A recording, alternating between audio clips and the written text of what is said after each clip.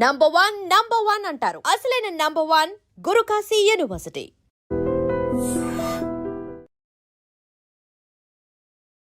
Hi guys, welcome to I dream. నేను మీ Chanakya. Guys, present India and America మధ్యలో జరుగుతూ ఉన్న ఈ హై టెన్షన్స్ మధ్యలో అండ్ అక్కడ నివసిస్తున్న వాళ్ళు, లేకపోతే H1B వీసాకి సంబంధించిన కానీ అండ్ ఇలాంటి వాటికి సంబంధించి ఎవరైనా కానీ ఇప్పుడు ట్రావెల్ చేయాలనుకుంటే అలా అక్కడున్న స్టూడెంట్స్ వాళ్ళ మీదకైనా కానీ సో ఏమన్నా ఇబ్బందులు ఏమన్నా తలెత్తుతాయా? ఇలాంటి విషయాలన్నిటి గురించి కూడా మనతో పాటు మాట్లాడడానికి హైకోర్టు న్యాయవాది, ఇమిగ్రేషన్ లాయర్ అయిన పృథ్వీ గారు ఇప్పుడు మనతో పాటు ఉన్నారు. మరి సార్తో మాట్లాడదాం. మరి విషయాలు ఏంటో అడిగి తెలుసుకుందాం. Hi sir. Hi Chanakya. Sir, Trump మామ టారిఫ్ల మీద టారిఫ్లు వేసేస్తూ ఉన్నాడు. అసలు ఇండియా అంటే కచ్చి గట్టి మరి కూర్చున్నాడు అన్నట్టు కూడా అనిపిస్తూ ఉంది. అది ఇట్లానే బిజినెస్ డీల్స్ దాని ప్రకారం. కాకపోతే ఎవరైతే ట్రావెల్ చేస్తూ ఉన్నారో H1B వీసాస్ అయినా కానీ అండ్ స్టూడెంట్స్ చాలామంది చదువులు అంటే ఫస్ట్ ప్రయారిటీ అనేది యూఎస్కి వెళ్ళిపోతుంటారు. మరి వాళ్ళ మీద ఏమన్నా ఇంపాక్ట్ ఏమన్నా ఉంటుందంటారా? యాజ్ ఆఫ్ నౌ చెప్పాలంటే చాణక్య 70% అమెరికా వెళ్ళేవాళ్ళు ఆగిపోయారు. 70% ఆగిపోయారు. Okay. And 25% already slots previous book అయిపోయి అండ్ నేను వెళ్ళాలి ఖచ్చితంగా, నేను యూఎస్లోనే ఎంఎస్ చేయాలి అన్న ఒక ఉద్దేశం ఉన్నవాళ్ళు తప్ప మిగతా వాళ్ళందరూ ఆగిపోయారనే చెప్పచ్చు. ఇప్పుడు ఈ స్టూడెంట్స్ యాజ్ ఆన్ నౌ పెరగాలి అంటే ఇంపాసిబుల్ చాణక్య. ఓకే. ఎందుకంటే ఆల్రెడీ ఒక రకమైనటువంటి ఫియర్ ఎస్టాబ్లిష్ అయిపోయింది ఒక పిల్లలకి. అదొకటి కూడా ఎప్పుడు లేనట్టు ట్రంప్ ఫస్ట్ టైం యూనివర్సిటీస్ మీద పెత్తనాలు చేయటం మొదలుపెట్టాడు. యూనివర్సిటీస్ ఇట్లా ఉండాలి, యూనివర్సిటీస్ మీరు స్పాన్సర్ చేయకూడదు. ఈవెన్ అక్కడ ఉండేటువంటి ఎడ్యుకేషన్ డిపార్ట్మెంట్ని తీసేశాడు. ఎడ్యుకేషన్ డిపార్ట్మెంట్ అంటే ఎడ్యుకేషన్ మినిస్ట్రీ ఉంటుంది కదా మనకి, అట్లాగే ఎడ్యుకేషన్ మినిస్ట్రీని తీసేశాడు. తీసేసి అక్కడ ఇంకా ఫండింగ్ ఆఫ్ లోన్, వీళ్ళకి ఇచ్చేటువంటి స్టూడెంట్స్కి ఇచ్చే లోన్స్ కానీ వాళ్ళకి ఇచ్చే స్కాలర్షిప్స్ మొత్తం తీసేశాడు. ఏదైనా సరే యూనివర్సిటీసే పెట్టుకోవాలని చెప్పేసి హీఈస్ డిస్కరేజింగ్. మెయిన్ ఏంటంటే తనకి ఒక రకమైన థ్రెట్ ఉంది అక్కడ. థ్రెట్ ఇన్ ద సెన్స్, ఈ పాలస్తీనా వార్ తర్వాత ఇరాన్ వార్ తర్వాత, అక్కడ ఇజ్రాయెల్ అండ్ పాలస్తీనా డిస్టర్బెన్సెస్ తర్వాత అక్కడ ఉండేటువంటి ఒక వర్గం వ్యక్తులు పాలస్తీనా సపోర్ట్ చేస్తున్న ర్యాలీలు తనకి ఒక రకమైన టెన్షన్ క్రియేట్ చేస్తున్నాయి. అండ్ అబ్రాడ్లో జరిగినటువంటి బాంబింగ్స్ ఎప్పుడు తక్కువే ఉంటాయి ఈ మధ్యకాలంలో. ఈ మధ్యన ఇజ్రాయెల్ దగ్గర జరిగినటువంటి ఒక బాంబ్ బ్లాస్ట్ అన్నది, ఇదంతా కూడా ఒక రకమైన టెన్షన్ క్రియేట్ చేసి స్టూడెంట్స్ని కంట్రోల్ చేయాలి అన్నది ఏదైతే ఉందో అక్కడ డైరెక్ట్గా లిబర్టీ అనేటువంటి ఒక basic principle of American constitution దెబ్బతింటూ మొదలుపెట్టింది. ఓకే. ఈ యాంగిల్స్లో ఏమవుతుందంటే స్టూడెంట్ ఇన్ గోయింగ్ తగ్గారు, అక్కడికి వెళ్ళే వాళ్ళు తగ్గారు. అండ్ ఎప్పుడైతే ఈ ఇన్కమింగ్ స్టూడెంట్స్ తగ్గారో ఈ ఉన్న స్టూడెంట్స్ భయం మొదలైంది.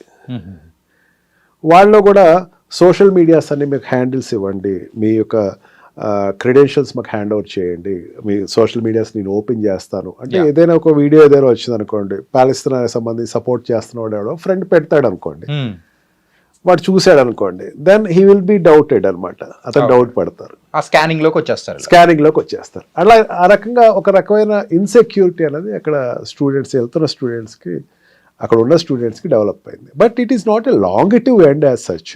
అది ఎక్కువ నాళ్ళు ఉంటుంది అయితే ఐ డోంట్ థింక్ సో. ఇంతకన్నా వర్స్ సిచ్యుయేషన్స్ చాలా వచ్చినాయి యూఎస్లో.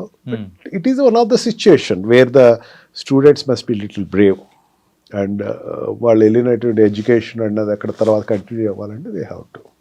సార్, ప్రీవియస్గా ఉన్న సిచ్యువేషన్స్ వరకు అయితే ఇండియా అండ్ అమెరికా అనేది కూడా ఒక ఫ్రెండ్లీ నేషన్స్గా ఉన్నాయి. కాకపోతే ఇంత హై టెన్షన్స్ అనేది కూడా ఈ మధ్యకాలంలో ఎప్పుడూ చూడలేదు. కానీ స్టూడెంట్స్ వెళ్ళే వాళ్ళ డ్రాప్ కానీ అక్కడున్న కంపెనీస్లో వర్క్ చేస్తున్న ఎవరైతే ఉన్నారో ఎంప్లాయీస్ కానీ వాళ్ళ మీద కూడా ఈ బర్డన్ పడే అవకాశాలు ఉంటాయని కూడా భయపడుతూ ఉన్నారు. మరి వాళ్ళకి సంబంధించి మీరేం చెప్తారు? చాణక్య, ఒకటి మనం ఆలోచించాల్సింది ఏంటంటే it is not a communist country or socialistic country. Okay. అక్కడ ప్రైవేట్ కంపెనీస్ని గవర్నమెంట్ కెనాట్ డిక్టేట్ టర్మ్స్, ఇట్లా చేయాలి. ఓకే. యాపిల్ లాంటి ఒక చిన్న కంపెనీ నీకు ప్రొడక్షన్ ఇండియాలో ఆపేయమంటే నేను ఆపనని చెప్పింది. ఏం చేయలేకపోయాడు.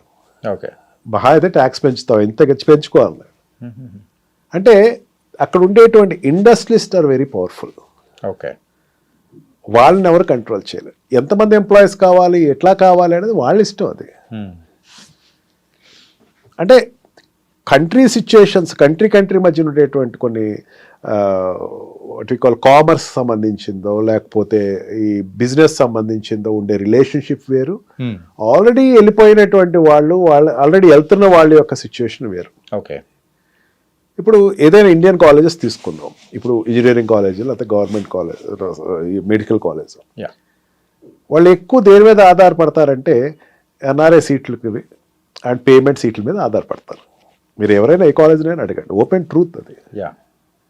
అక్కడ కూడా అంతే, అబ్రాడ్ నుంచి వచ్చే స్టూడెంట్స్ దగ్గర నుంచి డబ్బు డైరెక్ట్గా వస్తుంది వాళ్ళకి. ఓకే, ఈ డబ్బు అన్నది స్కాలర్షిప్లు పెట్టాలి. అక్కడ లోకల్గా ఉండేటువంటి సిటిజన్స్ నుంచి వచ్చేటువంటి స్టూడెంట్స్ ఎవరైతే ఉన్నారో వాళ్ళందరికీ డబ్బులు అది పెట్టుకోవాలి, కంట్రీ పెట్టుకోవాలి. వీళ్ళు పే చేస్తారు, వాళ్ళకి ఇది పే చేయాలి. ఓకే, ఆ బిజినెస్ పరంగా ఎడ్యుకేషనల్ బిజినెస్ ఆధారంగా చూసుకుంటే ఏ కంట్రీ కూడా ఈ అమెరికన్ ఏ యూనివర్సిటీ కూడా they won't leave that hope Indian students రానివ్వద్దు అన్నది ఆ యూనివర్సిటీస్ మెయింటైన్ చేయట్లా. ఓకే, ఇటు చాలా వరకు ఏమవుతుందంటే ఒక సోషల్ మీడియా మిస్రిప్రజెంటేషన్ అనే నేను అనుకుంటున్నాను. అంటే ఇప్పుడు మనం చూసేది అనేది కూడా చాలా వరకు కాదు, ట్రూత్ తక్కువ. ఓకే, ట్రూత్ కి సత్య దూరం చాలా ఎక్కువే ఉన్నాయి. Yes sir.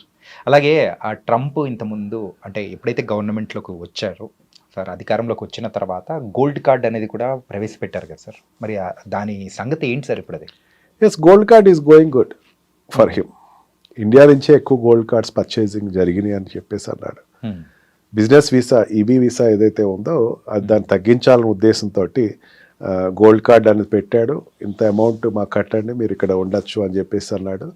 And partially he got succeeded. అంటే it is not overnight జరిగేది కాదు, ఓపెనింగ్ అయితే చాలా బాగానే వచ్చింది. ఇండియా నుంచి కూడా చాలా గోల్డ్ కార్డ్స్ అయితే పర్చేసింగ్ జరిగినాయి. గోల్డ్ కార్డ్ తీసుకున్నవాడు అక్కడ they can stay for ever, business చేసుకోవచ్చు, వాళ్ళు టర్న్ ఓవర్స్ చేసుకోవచ్చు. 10 crores రేషియో ఏదో ఉంది, 10 crores రేషియో ఉంటే they can do business there. You have to pay there to the government pay చేసుకుని నువ్వు బిజినెస్ స్టార్ట్ చేసుకోవచ్చు డైరెక్ట్గా. అంతేకాని దానికోసం వేరే వీసాలు అప్లై చేయటం, దాని గురించి వెయిట్ చేయటం ఇవన్నీ లేదు అని చెప్పేసి అన్నాడు. సెకండ్ టైం ప్రీవియస్ ఒకసారి ఇంట్రడ్యూస్ అయిన తర్వాత ఇది మళ్ళీ చాలానాళ్ళ తర్వాత మళ్ళీ గోల్డ్ కార్డ్ ఇంట్రడ్యూస్ అవుతుంది. యా, బిజినెస్ వైజ్గా ఇట్ ఈస్ గోయింగ్ అప్. అదే చాణక్య నేను చెప్తుంది అదే. వాట్ యు ఆస్క్ ప్రీవియస్లీ, ఇండియాకి అక్కడికి యుఎస్కి ఉండే రిలేషన్స్ స్ట్రెయిన్ అయినాయి కదా. రిలేషన్స్ ఏం స్ట్రెయిన్ అవ్వలేదు చాణక్య. తన అడుగుతున్నది ఏంటంటే బ్రిక్స్లో ఉండేటువంటి కంట్రీస్, బ్రిక్స్ కంట్రీస్ అంటే what we call this India, Brazil, Russia, India, China, ఇవన్నీ కలిసి ఒక సౌత్ ఆఫ్రికా, ఇవన్నీ కలిసి ఒక కొత్త కరెన్సీని ప్లాన్ చేస్తున్నాయి అండ్ డాలర్ని పక్కన పెడుతున్నాయి. అక్కడ ట్రంపే కాదు, ట్రంప్ కాకుండా ఇంకోటి ఉన్నా సరే అదే చేస్తారేమో నా ఉద్దేశంలో. Okay, because is it competition for their country. ఎంతమంది ఉన్నారు పాపులేషను ఈ బ్రిక్స్ సంబంధించినటువంటి, ఈ బ్రిక్స్ కంట్రీకి ఉన్నటువంటి పాపులేషన్ అంటే Russia, China, India and Brazil, south ఆఫ్రికాలో ఎంతమంది ఉన్నారు అనుకున్నారు? 65% ఆఫ్ పబ్లిక్ ఉన్నారు, 65% of population in the world అక్కడ ఉన్నారు. అక్కడ ఈ 5 countries కంట్రీ ఇన్ఫ్లుయెన్స్ చేయదగ్గది 65% కానీ ఉన్నారు. అంటే అది పెద్ద రేషియో కదా, చాలా పెద్ద రేషియో సార్. ఇది వస్తే గనక డాలర్ యొక్క విలువ తగ్గిపోతుంది అని ఒక భయం అన్నది ఆ కంట్రీకి ఎక్స్ప్రెస్ చేశాడు.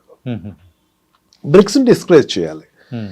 ట్రంప్ దగ్గరే కాదు అది, అంతకు ముందు ఉన్నటువంటి బైడెన్ కానీ, అంతకు ముందు ఉన్నటువంటి వాట్ వి కాల్ ప్రెసిడెంట్స్ ఎవరైనా సరే, బైడెన్ కావచ్చు, అంతకు ముందు ఉన్నటువంటి వాళ్ళే ఎవరైనా సరే దీన్ని డిస్కరేజ్ చేశారు.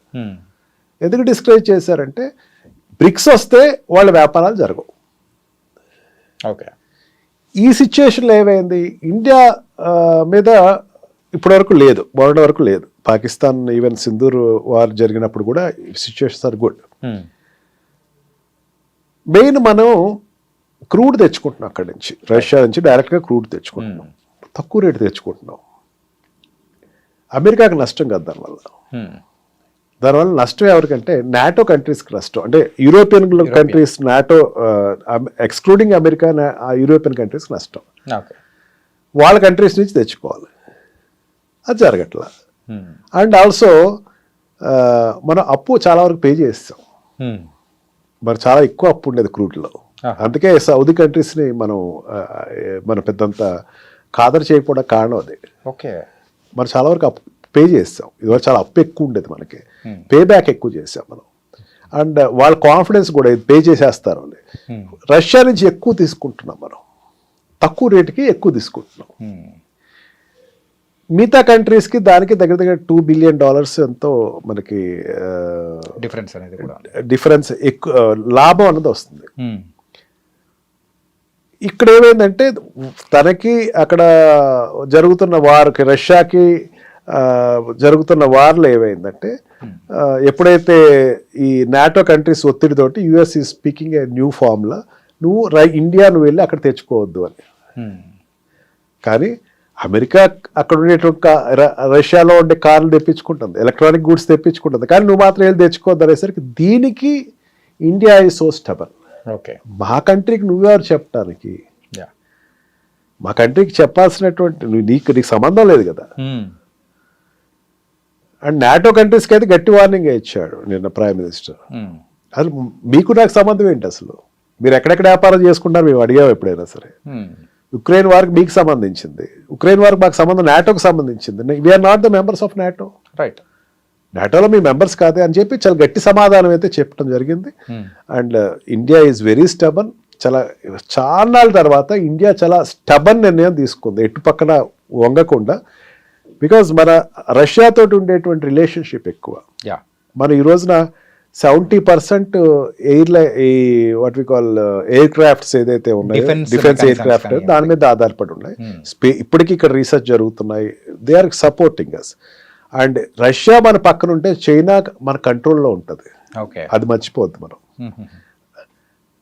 చైనా కొంచెం ఏదైనా ఎదురు తిరుగుతుంది అన్నది ఏదైనా ఉంటే Russia will control that situation, control చేస్తుంది. అందులో that's why Modi is going to China very soon. It is one of the good indication. China తోటి ఎప్పుడు మనం యుద్ధం పెద్దగా పెట్టుకోకూడదు, ఎందుకంటే పెద్ద కంట్రీ కాబట్టి. ఈ రెండు కంట్రీస్ సపోర్ట్ ఇచ్చినంతసేపు పెద్ద ప్రాబ్లం ఏం కాదు మనకి. ఈ అక్కస్తో ఏమైందంటే ఒకసారి 50% టారిఫ్ పెంచింది.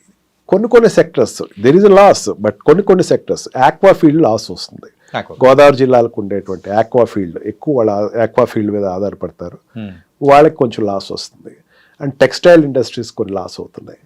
అండ్ ఫార్మా ఇండస్ట్రీస్, మెయిన్గా ఫార్మా ఇండస్ట్రీ మనకి ఇక్కడ ఉండేటువంటి మోడీ డ్రగ్స్ ఏదైతే ఉన్నాయో ఎక్కువ అక్కడ సేల్ ఉంటుంది, వాటికి కొంచెం ఉంటుంది. బట్ ఫార్మాకు అయితే తన లిబర్టీ ఇచ్చాడు, దీంట్లోంచి ఈ 50% ఫార్మా తీసేస్తున్నారు, ఎందుకంటే వాళ్ళకి అవసరం. ఓకే, తనకి ఏదైతే అవసరం అదే ఎక్కువ నాళ్ళు ఇది ఉంటుంది అని అయితే నేను అనుకోవట్లేదు, ఎందుకంటే కంట్రీ లాస్ వాళ్ళకి, మనకన్నా లాస్ వాళ్ళకి ఎక్కువ ఉంటుంది. ఓకే, అండ్ డైమండ్స్కి సంబంధించినటువంటివి కొన్ని సెక్టర్స్ అయితే ఇట్ క్లియర్లీ కొంచెం లాస్ అయితే ఉంటుంది. This is called commerce. Relationship is different. ఈ రోజున మనం పాకిస్తాన్ తోటి యుద్ధానికి వెళ్తే అమెరికా భారతదేశానికి సపోర్ట్ ఇచ్చే పరిస్థితి ఉంది. And also for any other activities America ఇండియాకి సపోర్ట్ ఇస్తుంది, ఆ ప్రాబ్లం ఏం లేదు. Commerce is difference. ఓకే, వ్యాపారమే. అందుకే దానికి దీనికి సంబంధం పెట్టక్కల. And the students and the employees which are existed there in America, నేనైతే చాలా వెరిఫికేషన్ అయితే చేసుకుంటా ఉంటాను. మీరు చెప్తే నమ్మొచ్చానికే రోజుకి ఒక 5-6 నా క్లయింట్స్ వెరిఫై చేసుకుంటాను అబ్రాడ్లో, యూఎస్లో ఉన్న సిచ్యువేషన్ అట్లా ఎక్కడేం లేదు అసలు అంటారు వాళ్ళు. They are very cool. Students also very cool. మన ఐడ్రీమ్ ద్వారా చెప్తున్న parents of students, don't get worried, your children are safe. They will be the safest people because they are in liberal country, not communist country or socialistic countries. Nice sir. ఏంటంటే అక్కడికి వెళ్ళిన తర్వాత parents ఇక్కడ ఉన్న వాళ్ళు చాలా వరకు భయపడుతూ ఉంటారు. అరే ఈ పేపర్లో ఇన్ని రాస్తూ ఉన్నారు, అసలు వీడియోస్ ఏమో ఇన్ని వస్తూ ఉన్నాయి, అరే ఇన్ని టారిఫ్లు వేస్తున్నాడు, ఈరోజు ఇలా ఉందంటే రేపు శత్రు దేశంగా చెప్తాడేమో, ఇలా చాలా మిస్కన్సెప్షన్స్ అనేది కూడా ఉన్నాయి. దానికి మాత్రం you are the perfect person to say that answer. And చాలా చక్కగా చెప్పారు సార్. So thank you so much sir. Thank you. నిజంగా ప్రస్తుతం ఉన్నటువంటి సమాజం దేనికి ప్రయారిటీ ఇస్తుంది? ఆర్థిక సంబంధాల చుట్టూ మాత్రమే తిరుగుతోంది. మళ్ళీ ఎన్నికలంగానే చాలా విరక్తి కలుగుతాం. మంచి అనిపిస్తుంది కదా, లేడీస్ కూడా ఛాలెంజింగ్ జాబ్స్ చేసినప్పుడు చాలా బాగుంటది. ట్రాఫిక్ అసిస్టెంట్స్ గా నియమించిన ట్రాన్స్జెండర్స్ అందరితో సాల్యూట్ చేయించుకుంటున్నారు. ఫుడ్ డెలివరీ ఇవ్వటానికి వెళ్ళినటువంటి డెలివరీ బాయ్ అనిల్ పై కళ్ళ ముందు